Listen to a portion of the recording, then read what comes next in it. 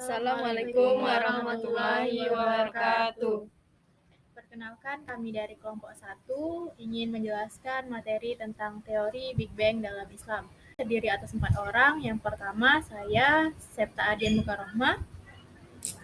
Saya Helvira Sradelia. Saya Pratika Zelvia. Dan saya Navita Sari Rahmadani.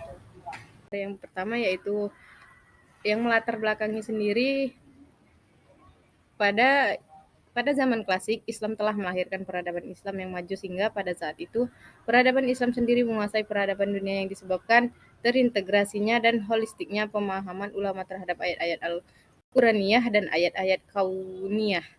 Dan oleh karena itu tidak ada dikotomi antara ilmu-ilmu agama dan ilmu umum. Dan kalaupun ada dikotomi sebatas mengklasifikasi ilmu saja dan bukan berarti pemisahan. Dan dengan berkembangnya pengetahuan dan teknologi lahirlah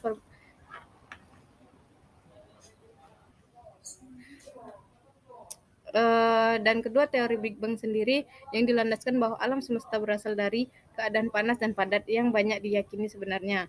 Dan oleh itulah para ilmuwan karena didukung oleh fakta-fakta ilmiah.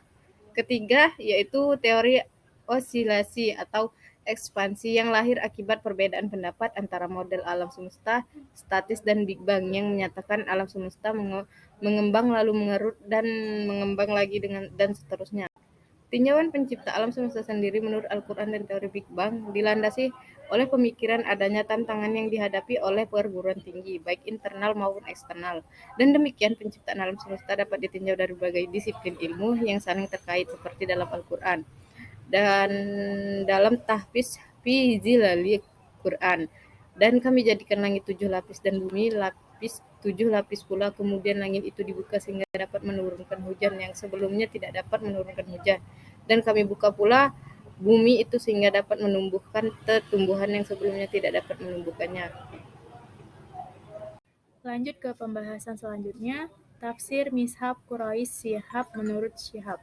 Tafsir Mishab Quraisy Shihab menurut Shihab yaitu konsep penciptaan planet, termasuk bumi, yang belakangnya dikuatkan oleh penemuan ilmu pengetahuan mutakhir dengan teori-teori modernnya.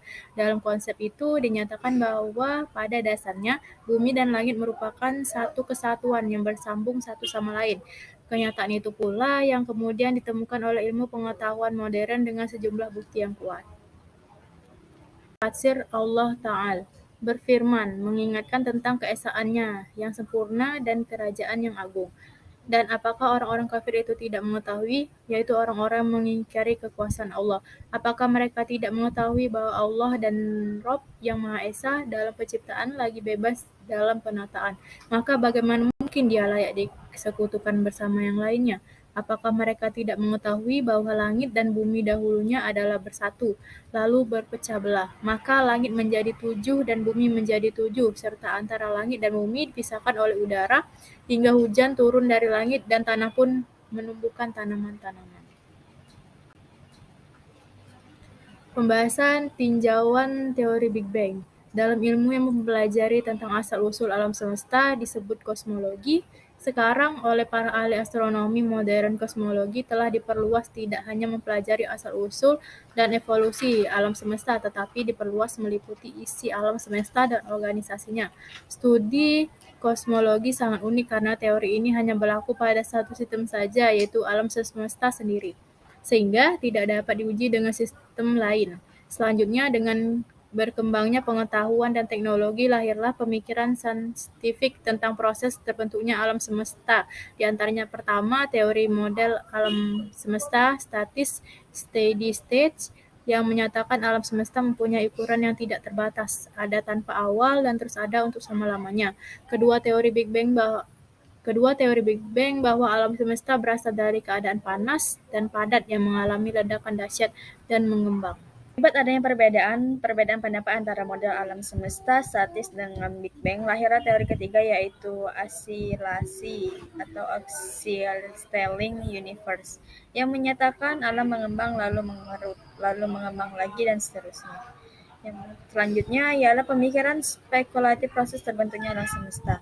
Pada waktu dahulu, orang Yunani mengira bahwa bumi dan langit sangat dekat dan bumi adalah sangat kecil apabila dibandingkan dengan langit itu. Mereka beranggapan bahwa bumi itu diatur oleh beberapa dewa, di antaranya dewa Zeus sebagai dewa guntur dan Helios sebagai dewa matahari. Anggapan itu makin lama makin tidak lagi diikuti oleh masyarakat berkat pengamatan yang lebih teliti oleh orang-orang di zamannya. Yang selanjutnya adalah pemikiran saintifik proses terbentuknya alam semesta. Proses terbentuk alam semesta ini dimulai berkembang dari beberapa gagasan tentang terjadi tata surya, beberapa pemikiran saintifik tentang proses terbentuknya semesta, di antaranya yang pertama ada teori keadaan tetap. Teori ini berpendapat bahwa materi yang hilang melalui proses radiasi galaksi disebabkan karena pengembangan alam semesta yang berlangsung secara terus-menerus, digantikan oleh materi yang baru saja tercipta sehingga alam semesta yang tetap berada dalam keadaan tidak berubah. Artinya bahwa materi secara terus-menerus tercipta di seluruh alam semesta. Penciptaan alam semesta menurut Al-Quran. Yang pertama adalah hakikat alam semesta. Istilah alam dalam Al-Quran terdapat dua, yaitu pertama kata alam itu sendiri dan berasal dari bahasa Arab. Kata alam dalam Al-Quran berbentuk jamak, yaitu alamin, yang disebut sebanyak 73 kali dalam ayat-ayat tersebar dalam 30 surat. Kata alamin dalam Al-Quran dimaksudkan sebagai kumpulan yang sejenis dari makhluk yang berakal atau yang memiliki sifat-sifat mendekati makhluk yang berakal. Manusia dengan menggunakan akal dan pikirannya dalam mengamati alam semesta dan segalanya fenomenanya akan mengetahui kebesaran Allah Sang Pencipta, di mana alam semesta dan segala fenomenanya merupakan tanda kebesaran dari Allah Subhanahu wa Ta'ala. Itu dua, penciptaan alam semesta. Ayat Al-Quran yang membahas tentang hidup dan kehidupan termasuk alam raya dengan segala fenomenanya. Kurang lebih berjumlah 750 ayat. Ayat-ayat Al-Quran yang membahas tentang kejadian penciptaan alam semesta amatlah sedikit. Jika ditelusuri secara cermat, ayat-ayat Al-Quran yang membahas penciptaan alam, terdapat 3 kata kunci yang artinya menunjukkan secara langsung penciptaan alam semesta, yaitu khalq, bad, fatar. Menurut Nata 2008, kata khalq dalam berbagai bentuk terdapat dalam Al-Quran sebanyak 261 kali yang tersebar dalam 75 surat. 11 kali diantaranya tersebar dalam 7 surat ditunjukkan kepada pengertian yang bukan berarti penciptaan. Al-Raghib Al-Asfahani dalam Nata tahun 2008 menjelaskan kata khalq yang menggambarkan penciptaan langit dan bumi dengan segala isinya. Memiliki dua makna. Yang pertama berarti menciptakan sesuatu tanpa bahan atau materi. Alam semesta menurut teori Big Bang. Para ahli sains banyak mengemukakan teori yang menjelaskan asal-muasal terciptanya alam semesta. Salah satunya teori Big Bang yang sampai sekarang tetap diterima sebagai permulaan awal semesta. Teori Big Bang mengemukakan bahwa alam semesta pernah sangat padat. Pendapat lain mengatakan bahwa alam semesta berasal pada waktu tertentu melalui ledakan atau telur kosmik yang disebut dentuman besar yang kira-kira 10 miliar sampai 20 miliar tahun yang lalu, dan mengembangnya alam semesta sekarang adalah kelanjutan dari dentuman besar. Menurut Si Hombing tahun 1999. Teori ini dikuatkan oleh sejumlah fakta, di antaranya adalah perluasan alam semesta, stabilitas suhu panas yang terdapat di ujung-ujung semesta, distribusi unsur-unsur di permukaan alam semesta, dan gambaran asap semesta yang terdapat di ujung-ujung semesta. Teori Big Bang menyatakan bahwa alam semesta pada mulanya adalah sangat padat dan sangat panas. Pada peristiwa awal, ia mengalami ledakan kosmis yang dikenal dengan Big Bang yang terjadi pada sekitar 10 hingga 20 miliar tahun lalu. Sejak saat itu, alam semesta mulai mengembang dan mendingin. Teori ini didasarkan pada persamaan matematika yang dikenal dengan persamaan bidang atau field equation, yaitu teori umum relativitas yang disusun oleh Albert Einstein tahun 1900. Bukti lain yang mendukung teori Big Bang berkaitan dengan perbandingan hidrogen, helium di alam semesta. Apabila alam semesta dan materi telah ada sepanjang keabadian, tentunya gerakan menjadi diam dalam waktu abadi. Sebaliknya, keabadian tidak berlalu. Jika iya, maka tidak lagi abadi. Singkatnya, fakta yang ada menunjukkan adanya awal mula.